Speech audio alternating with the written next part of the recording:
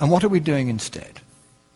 At Copenhagen, this December, weeks away, a treaty will be signed. Your president will sign it. Most of the third world countries will sign it because they think they're going to get money out of it. Most of the left-wing regimes around the world, like the European Union, will rubber stamp it. Virtually nobody won't sign it. I have read that treaty. And what it says is this, that a world government is going to be created. The word government actually appears as the first of three purposes of the new entity. The second purpose is the transfer of wealth from the countries of the West to third world countries in satisfaction of what is called coyly a climate debt. Because we've been burning CO2 and they haven't, and we've been screwing up the climate. We haven't been screwing up the climate, but that's the line.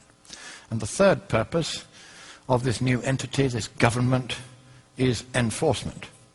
How many of you think that the word election or democracy or vote or ballot occurs anywhere in the 200 pages of that treaty? Quite right, it doesn't appear once. So at last, the communists who piled out of the Berlin Wall and into the environmental movement and took over Greenpeace, so that my friends who founded it left within a year because they'd captured it. Now the apotheosis is at hand. They are about to impose a communist world government on the world.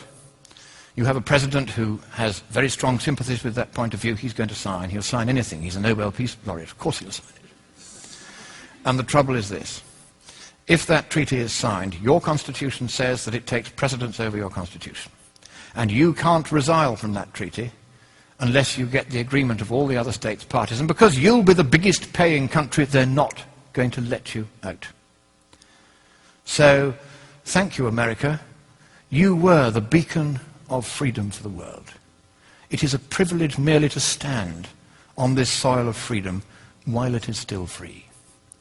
But in the next few weeks, unless you stop it, your president will sign your freedom, your democracy, and your prosperity away forever, and neither you nor any subsequent government you may elect will have any power whatsoever to take it back again.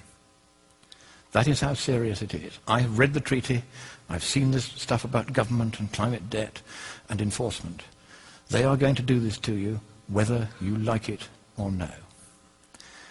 But I think it is here in your great nation, which I so love and I so admire. It is here that perhaps at this 11th hour, at the 59th minute and the 59th second, you will rise up and you will stop your president from signing that dreadful treaty, that purposeless treaty, for there is no problem with the climate, and even if there were, economically speaking, there's nothing we can do about it.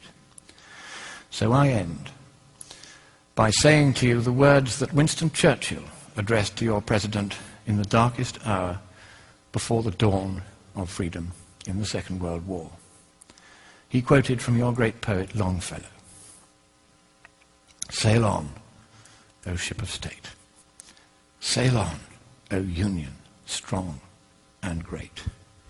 Humanity, with all its fears, with all the hopes of future years, is hanging breathless on thy fate.